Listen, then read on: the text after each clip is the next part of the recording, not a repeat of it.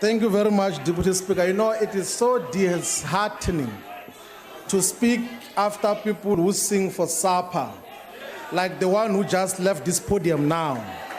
A person who sings for SAPA and must be signed by Mabala Noise for obvious reasons and be one of the top acts in the Saxon World Shebeen. Now, the reason why Africa is referred to as a dark continent is because we have got post-colonial disasters, imposters, thugs, criminals who by coincidence, accident, or by design find themselves occupying the highest political office in their land.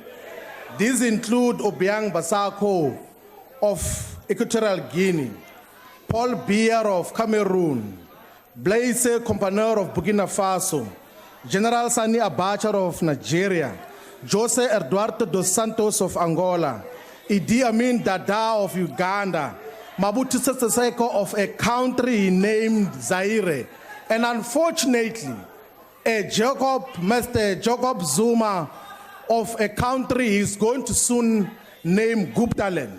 And what are the common features of these people, of these traits that destroy the post-colonial state? They seek to enrich their families. They seek to undermine the rule of law. They have no regard of the Constitution. They prosecute and persecute political opponents, including of the political parties that they come from. They fight in that particular format. And when everything else has failed, they kill, they assassinate their opponents. That is what we are faced with here in South Africa, of a political post-colonial disaster called Mr. Jacob Zuma.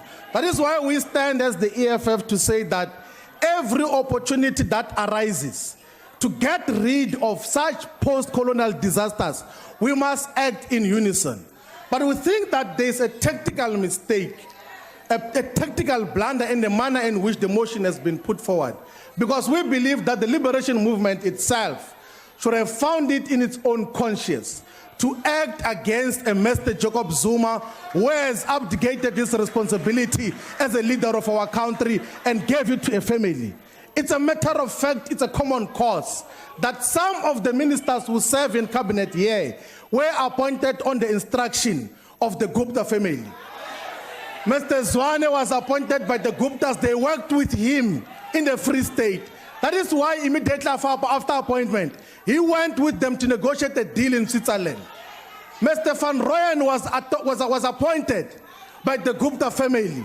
That is why they took him through a corruption induction for 7 days and 7 nights prior to his appointment.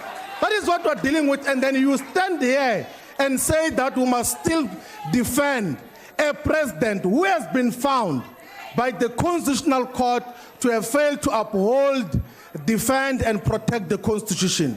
What are we dealing with here? We're calling upon you, get your own platforms. You might win the vote today because you must vote according to what Gwede Mantashe has said. But create your own platforms to remove the post-colonial disaster that is facing South Africa. Because before you know it, he would have captured everything. After he has dealt with everyone else, he's going to arrest you. He's going to arrest all of you. He's going to lock you up. He's going to kill you.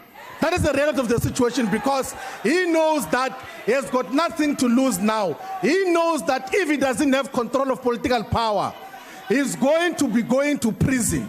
On a point of order, Honorable, we're going to bring Jacob Zuma down. Whether it's through political action or through this process, Jacob Zuma is going to fall. Thank you very much.